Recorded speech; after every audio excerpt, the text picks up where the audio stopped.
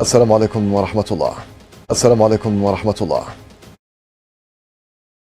قالت رئيسة مجلس النواب الأمريكي نانسي بيلوسي إن المجلس سيصوت اليوم الاثنين. قالت رئيسة مجلس النواب الأمريكي نانسي بيلوسي إن المجلس سيصوت اليوم الاثنين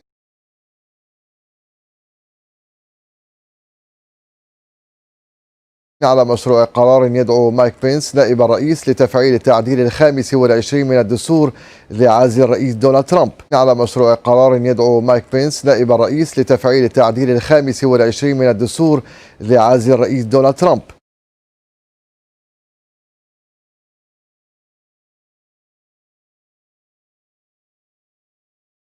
وأضافت بيلوسي في بيان لها أنه إذا لم يتم التصويت بالإجماع على القرار صباح الاثنين وأضافت بيلوسي في بيان لها أنه إذا لم يتم التصويت بالإجماع على القرار صباح الاثنين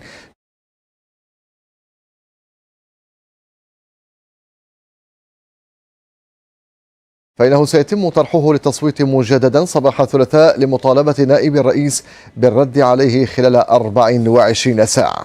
فإنه سيتم طرحه للتصويت مجددا صباح الثلاثاء لمطالبة نائب الرئيس بالرد عليه خلال 24 ساعة.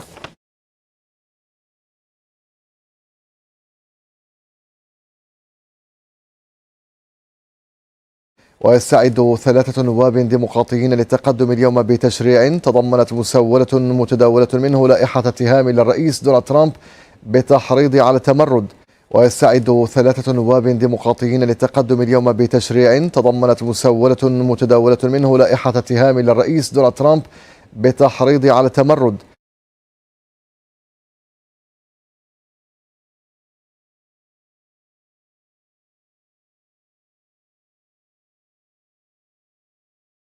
ويقول النواب إنهم حصلوا على دعم 190 عضوا لهذا التشريع. ويقول النواب إنهم حصلوا على دعم 190 عضوا لهذا التشريع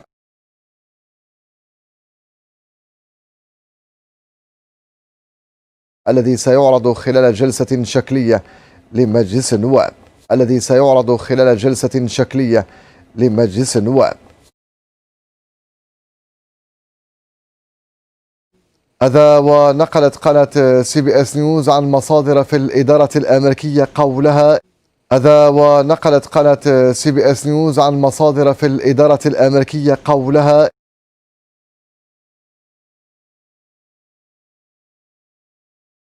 إن الرئيس دونالد ترامب لا يعتزم الاستقالة ولا يشعر بأي ضغط للقيام بذلك وفق هذه المصادر. إن الرئيس دونالد ترامب لا يعتزم الاستقالة ولا يشعر بأي ضغط للقيام بذلك وفق هذه المصادر.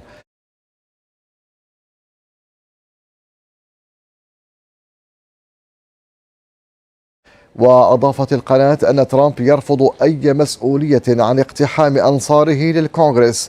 وأضافت القناة أن ترامب يرفض أي مسؤولية عن اقتحام أنصاره للكونغرس.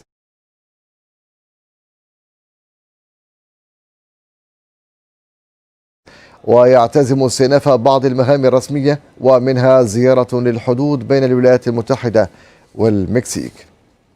ويعتزم استئناف بعض المهام الرسمية ومنها زيارة للحدود بين الولايات المتحدة والمكسيك.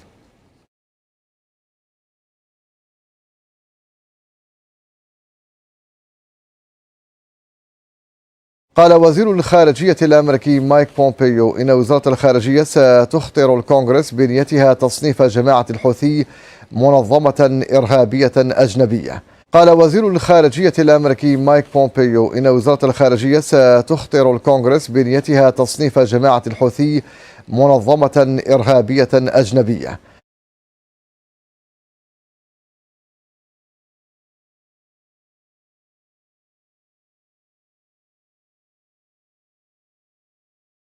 وأضاف بومبيو أنه ينوي أيضا وضع عبد الملك الحوثي وعبد الخالق بدر الدين الحوثي وعبد الملك وعبد الله يحيى الحاكم على قائمة الإرهابيين الدوليين. وأضاف بومبيو أنه ينوي أيضا وضع عبد الملك الحوثي وعبد الخالق بدر الدين الحوثي وعبد الملك وعبد الله يحيى الحاكم على قائمة الإرهابيين الدوليين.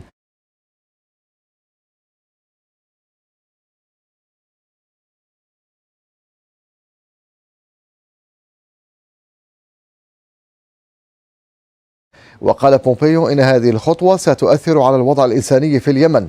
وقال بومبيو إن هذه الخطوة ستؤثر على الوضع الإنساني في اليمن، لكن هناك خطة لتنفيذ إجراءات لتقليل تأثير التصنيف على بعض النشاط الإنساني والواردات إلى هذا البلد. لكن هناك خطة لتنفيذ إجراءات لتقليل تأثير التصنيف على بعض النشاط الإنساني والواردات إلى هذا البلد.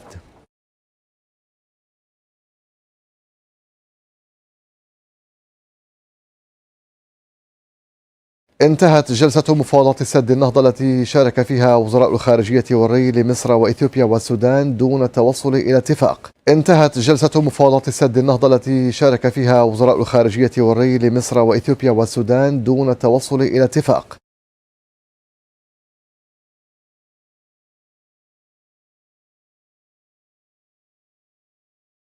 وقالت وزارة الري والموارد المائية السودانية إنه لا يمكن للخرطوم الاستمرار فيما وصفته بالدائرة المفرغة من المباحثات. وقالت وزارة الري والموارد المائية السودانية إنه لا يمكن للخرطوم الاستمرار فيما وصفته بالدائرة المفرغة من المباحثات.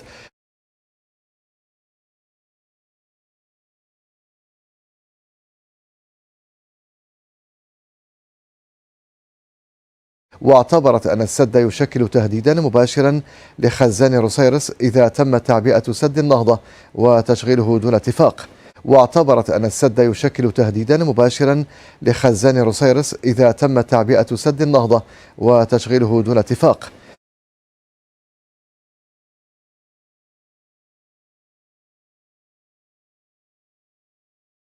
ومن جهتها قالت الخارجية المصرية أن الاجتماع أخفق في تحقيق تقدم لخلافات على كيفية استئناف المفاوضات. ومن جهتها قالت الخارجية المصرية أن الاجتماع أخفق في تحقيق تقدم لخلافات على كيفية استئناف المفاوضات.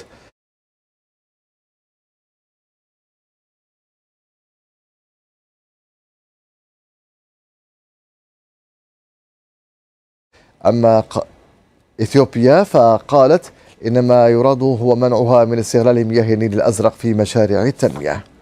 أما إثيوبيا فقالت إن ما يراد هو منعها من استغلال مياه النيل الأزرق في مشاريع التنمية.